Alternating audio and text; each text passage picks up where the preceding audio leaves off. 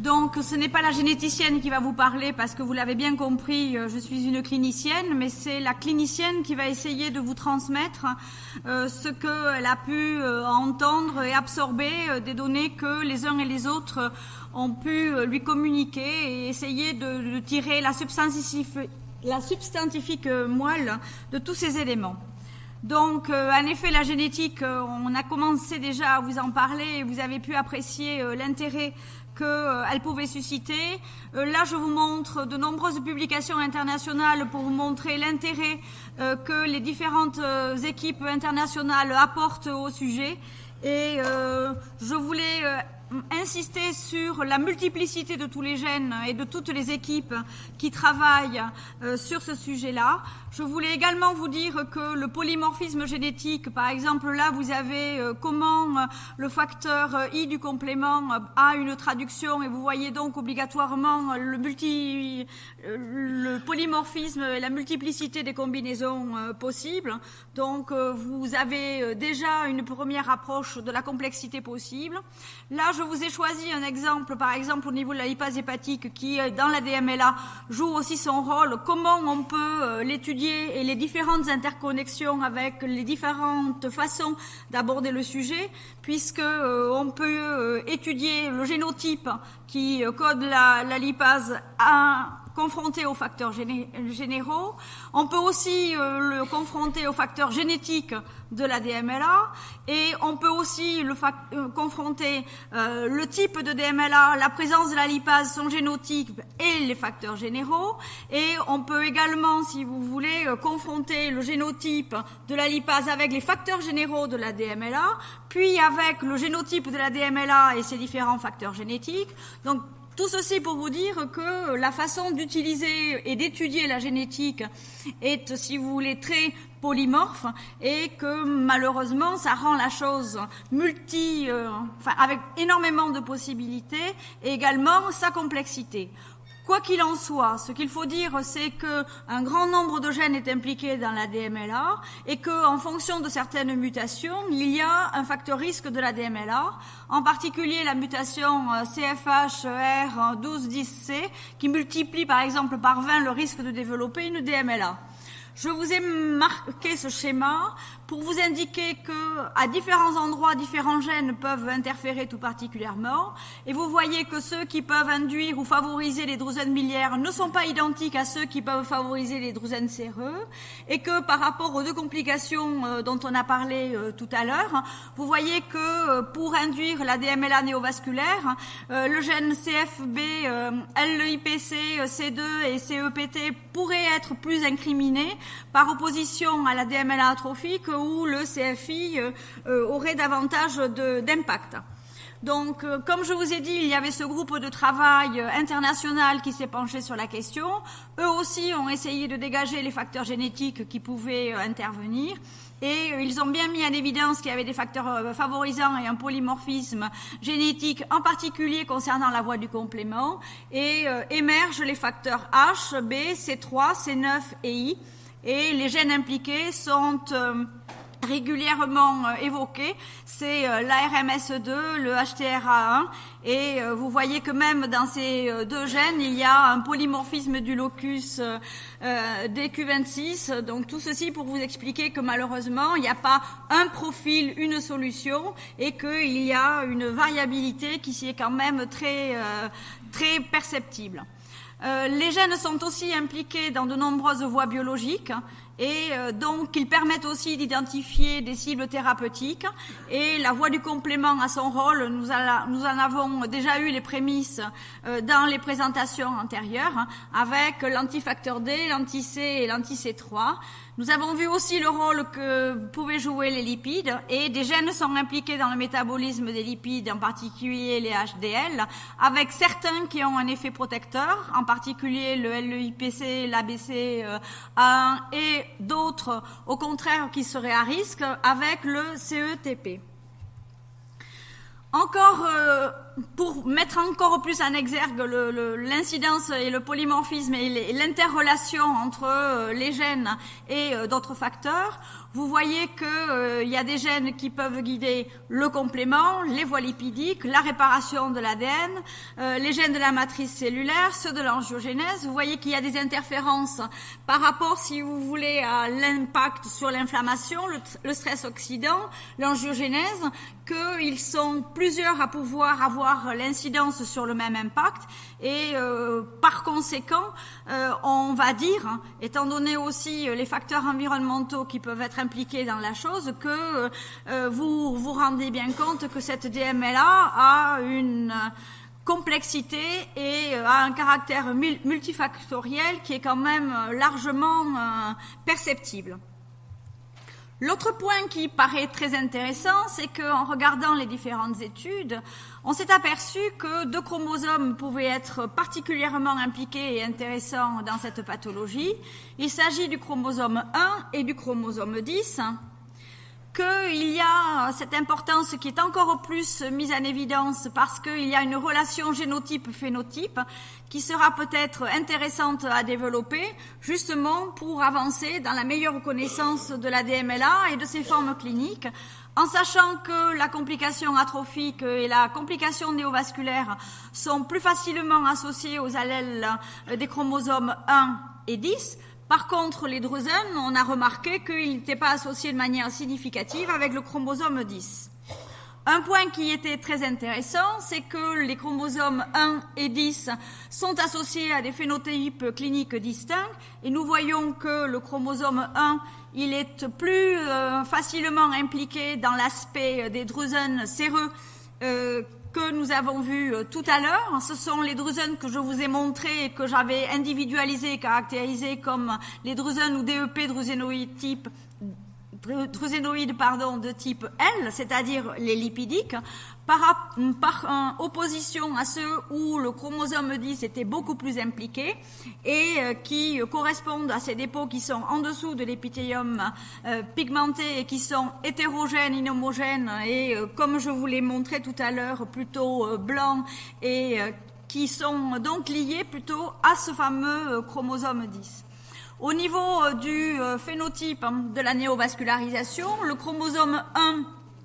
nous donnerait plutôt des tableaux où l'œdème serait de type décollement séreux rétinien, alors que le chromosome 10 nous donnerait plutôt des tableaux avec un œdème diffus, un œdème maculaire cystoïde. Et nous avons vu aussi que ces 2 chromosomes pouvaient être associés à des variations histologiques avec la nature, si vous voulez, de la structure vasculaire qui pouvait être différente, ainsi que la densité des vaisseaux rétiniens et choroïdiens avec une raréfaction vasculaire plus importante dans les cas de chromosome 10. Donc, nous voyons que grâce à cette génétique et au génotype des différents patients, nous avons tout un profil qui peut éventuellement être dégagé, que ce soit des phénotypes cliniques, des morphotypes,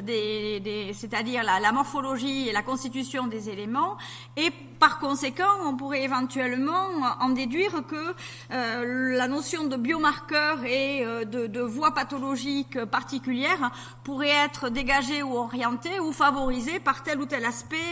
génotypique. Donc, quels sont les apports actuels de la génétique ? Eh bien, on se rend compte qu'en fin de compte, elle intervient dans différents domaines, que ce soit le dépistage de la DMLA, les protocoles diagnostiques, surveillance et thérapeutique, le traitement, la prévention et la recherche. Alors, plus en détail au niveau du dépistage, eh bien, on a vu, parce que si on a tel ou tel chromosome, on peut favoriser le développement plutôt de drusènes séreux, plutôt de complications néovasculaires ou atrophiques. Donc c'est ce que l'on voit là. Il y a aussi les facteurs intrinsèques, et là au niveau des milles connectives impermanentes et de l'analogie avec les dépôts, il y a aussi un facteur qui est à creuser et qui n'est pas négligeable. Au niveau des protocoles de surveillance, eh bien, à partir du moment où on aborde mieux la DMLA et les profils évolutifs possibles, eh bien, on peut mieux, si vous voulez, cibler le potentiel risque vers telle ou telle complication, améliorer les méthodes de surveillance et la fréquence des surveillances et mieux tenter de percevoir le traitement le plus adéquat et le plus approprié au cas qui est considéré. Au niveau des principes thérapeutiques, on retrouve un petit peu les mêmes idées, puisque, bon, en fonction du type, si vous allez évoluer vers l'atrophie ou vers la néovascularisation, on ne va pas forcément vous proposer les mêmes stratégies thérapeutiques, et que, au niveau des risques de la DMLA, vous avez vu les multifacteurs et que chacun influait, on vous conseillera telle ou telle attitude en fonction du profil génétique qui serait le vôtre. Au niveau recherche, eh bien, vous avez vu la relation génotype-phénotype et vous avez vu aussi la relation avec l'aspect des Drusen et le chromosome 1 et le chromosome 10 qui pourraient influer. Donc, au niveau des données éthiopathologiques, au niveau de la recherche des dysfonctionnements métaboliques avec la voie lipidique, la voie cellulaire protidique, peut-être d'autres facteurs qui pourraient influer que l'on n'a pas forcément encore bien étiquetés ou démontrés, mais qui sont à considérer, par exemple le rôle des mitochondries, et ça on sait que très certainement elles ont un rôle majeur à jouer. Ça peut aussi nous donner des perspectives d'éthiopathogénie et thérapeutiques qui sont à considérer. Alors, en l'état actuel, qu'est-ce qu'on a à notre disposition juste maintenant? Bon, comme je viens de vous le dire, il y a des facteurs de risque qui se dégagent, et il y a, si vous voulez, la commercialisation de tests de dépistage qui a cours. Le problème, c'est que, si vous voulez, il y a quand même un coût, que pour le moment, ce coût-là est quand même assez élevé, et que on attend peut-être aussi la fiabilité et la vulgarisation et la diminution des coûts, peut-être pour pouvoir développer, parce qu'en pratique clinique de base, il est évident qu'on ne propose pas le dépistage ou le typage génétique à tout un chacun. Par contre, ce dépistage, si jamais il était fait, eh bien, on espère qu'il pourrait peut-être optimiser les stratégies de surveillance, mieux détecter les complications, nous avons vu un petit peu comment, et déterminer les stratégies thérapeutiques, peut-être un petit peu plus spécifiques que nous le faisons à l'heure actuelle et un petit peu plus adaptées. Un autre point, et ça, je vous l'ai subodoré, vous l'avez considéré dans la planche qui concernait les différents facteurs hygiéno-diététiques. Ça peut aussi nous permettre de mieux vous conseiller au niveau du dépistage, que ce soit la méthode ou la façon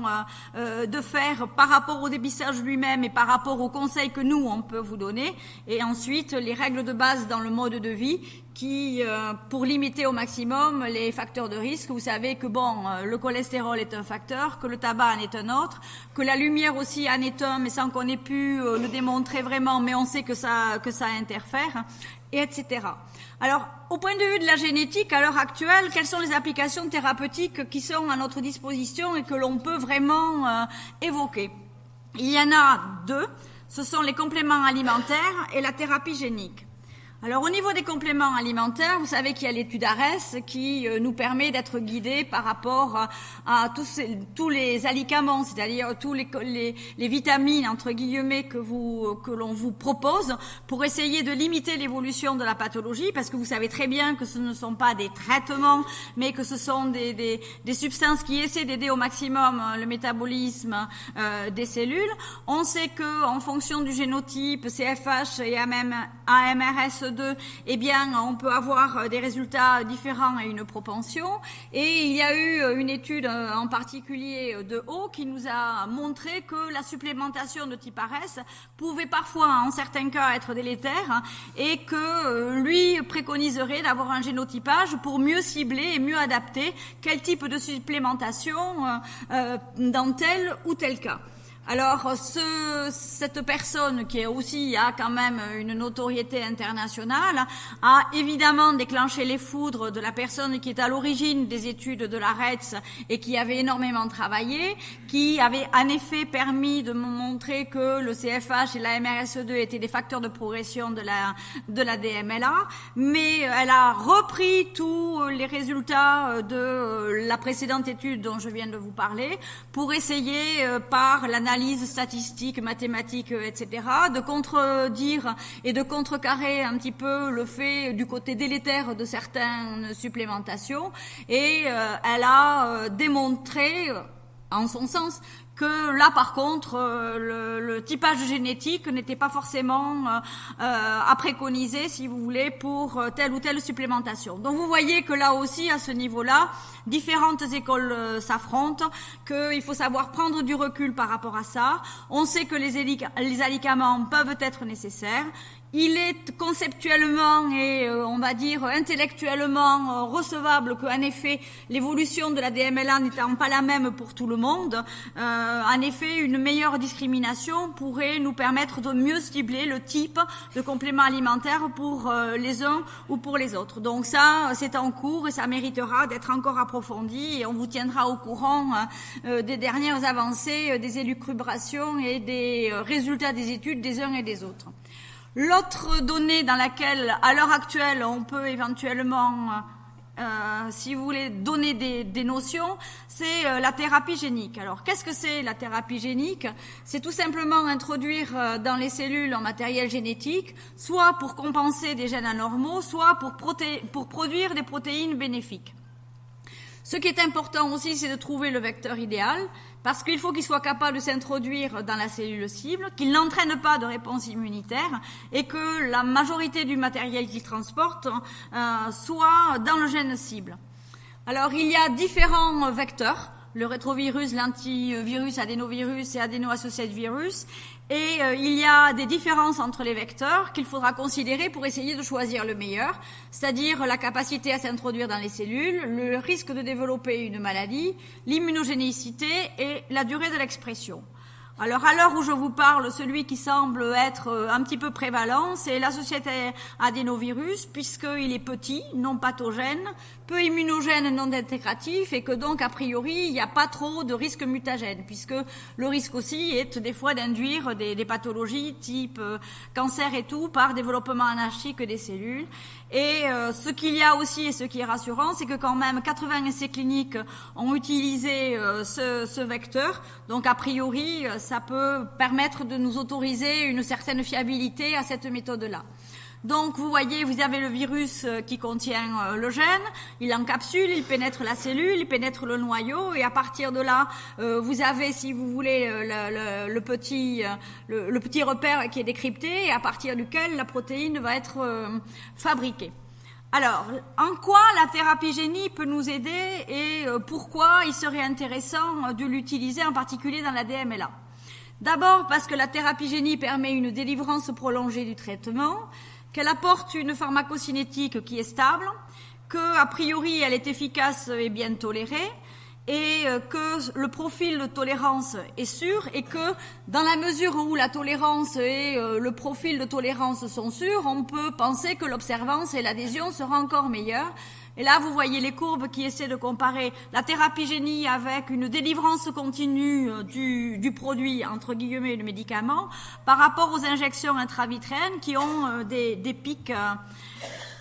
D'autre part, le deuxième point au niveau de la thérapie génique qui est à relever, c'est que la rétine est un bon candidat pour la thérapie génique, parce que les cellules sont accessibles par les deux voies, en intra et en sous-rétinien, et qu'on peut bénéficier de nombreux modèles animaux. Alors, à l'heure actuelle, il y a un produit qui est un inhibiteur endogène du VEGF qui s'appelle le SFLT1, qui est à l'étude. C'est-à-dire que c'est un produit qui veut bloquer le VEGF. Donc, on est en train de l'étudier pour cette voie et on essaie aussi de voir quelle est la meilleure méthode pour l'introduire, que ce soit en injection intravitréenne. Mais là, la pénétration est limitée aux cellules ganglionnaires et il y a plus de risque d'inflammation, ou par injection sous-rétinienne, où il y a une forte expression dans les cellules de l'épithélium pigmenté. Il y a le voisinage, si vous voulez, de la zone d'injection qu'il faudra quand même considérer, mais a priori, il n'y a pas de risque d'inflammation. Donc là, voilà le schéma de l'étude avec comment ce facteur va être introduit pour que la production prolongée et constante de ce produit par les cellules infectées soit délivrée au niveau de la cellule. Et vous voyez qu'on essaie d'avoir une délivrance continue et non pas les fameux pics. Au niveau de la voie d'introduction, celle qui a l'air d'emporter les suffrages, c'est la voie sous-rétinienne, parce qu'elle semblerait, si vous voulez, plus efficace en termes d'expression du facteur anti-VEGF, et que d'autre part, la voie, si vous voulez, d'extension, elle est beaucoup plus large, c'est-à-dire que la distribution de la protéine dépasse très largement la zone où elle a été injectée. Par conséquent, on peut l'injecter à distance, c'est-à-dire qu'en la mettant loin de la fovéola, on pourrait quand même traiter la fovéola. Donc, ceci pour vous montrer que là, on en est vraiment au niveau des balbutiements, puisque ce sont des études plutôt de phase 1 ou de précoce, mais que cette approche pourrait être séduisante parce qu'elle est innovante et qu'elle pourrait contribuer à une nouvelle façon d'aborder la thérapeutique, en particulier néovasculaire de la DMLA, et elle pourrait espacer, si vous voulez, les injections et assurer, si vous voulez, une délivrance continue. Dans les premiers résultats de cette étude, qui est vraiment très, vous le voyez, c'est une phase 1, 2A, c'est-à-dire vraiment les tout débuts de ces études, les résultats étaient une amélioration de l'acuité visuelle et une diminution importante du nombre des injections par rapport aux anti-VEGF standards. Dernier point, il y avait également une bonne tolérance, que ce soit de l'injection sous-rétinienne ou de l'autre du produit lui-même, avec une activité biologique qui était démontrée dans les différents cas. Donc ces premiers résultats qui sont quand même plutôt encourageants et plutôt a priori dans les perspectives d'administration sous-rétinienne, mais on verra là aussi les résultats à long terme de l'analyse qui nous permettra de voir si tout compte fait, en effet, comme on a tendance à le penser, la voie sous-rétinienne sera prévalente et préconisée par rapport à l'autre. Et nous voyons que donc, comme il n'y a pas de problème majeur et que les résultats sont plutôt significatifs et encourageants, l'étude de phase 2 est enclenchée. Donc voilà ce que la clinicienne voulait dire, si vous voulez, des données génétiques actuelles. Il y a une multiplicité de la génétique et vous avez vu un petit peu la complexité. Malheureusement, il faudrait presque que l'on arrive à faire du sur-mesure et arriver à dire, voilà, j'ai tel génotype, tel profil, il me faut ça. On n'y est pas encore et vous avez vu pourquoi j'ai essayé de vous le démontrer. C'est plurifactoriel, multiple, donc il y a quand même une difficulté à ce niveau-là. Donc il y a donc le polymorphisme, il y a les interactions intragénétiques, comme je vous l'ai dit, il y a aussi l'épigénétique, c'est-à-dire les facteurs qui peuvent influer sur la génétique elle-même. Donc il y a des limites qui sont aussi liées au fait que bien on peut pas faire les dosages génétiques ou les typages génétiques plus exactement à tout un chacun, parce qu'il y a aussi des problèmes de coût et de, comment dirais-je, d'organisation générale qui sont quand même pas encore tout à fait en pratique courante et standardisées, mais ça ne nous empêche pas de voir quels sont les intérêts de la génétique et qu'ils sont essentiels pour améliorer le diagnostic, la surveillance et le traitement de la DMLA, pour mieux connaître la pathologie, pour mieux la prévenir ainsi que ses facteurs de risque, pour avoir une meilleure approche et compréhension de l'éthiopathogénie, pour mieux envisager des perspectives diagnostiques et thérapeutiques, et évidemment, et pour conclure, aller en avant dans nos voies et perspectives de recherche pour essayer, eh bien, peut-être lors du prochain colloque, de vous apporter les dernières avancées pour que vous puissiez en bénéficier. Je vous remercie.